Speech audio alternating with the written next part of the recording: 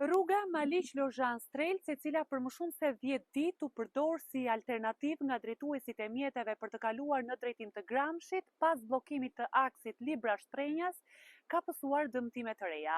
Qarkullimi i vazhdueshëm i mjeteve dhe rritja e ndjeshme e fluksit gjatë këtyre ditëve duket se kanë rënduar më tej gjendjen. Përveç rrëshqitjeve të dherave dhe dëmtimit të barierave mbrojtëse në disa pjesë të këtij aksi, janë shfaqur çarje të thella në asfalt dhe deformime të trupit të rrugës.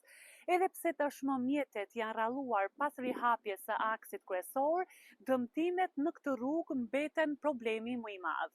Deri më tani nuk është ndërhyrë për riparimin e tyre, por kjo rrugë ka nevojë për ndërhyrje të menjëhershme për të shmangur përkeqësimin e mëtejshëm të saj. Aksi Maliq-Lozhan-Strelc është ndërtuar nga kompania Gjikuria dhe investimi për ndërtimin e tij ka kapur vlerën e rreth 1.4 miliard lekë. Problematikat e përsëritura në këtë rrugë kanë ngritur shpesh pikpyetje mbi cilësinë e punimeve.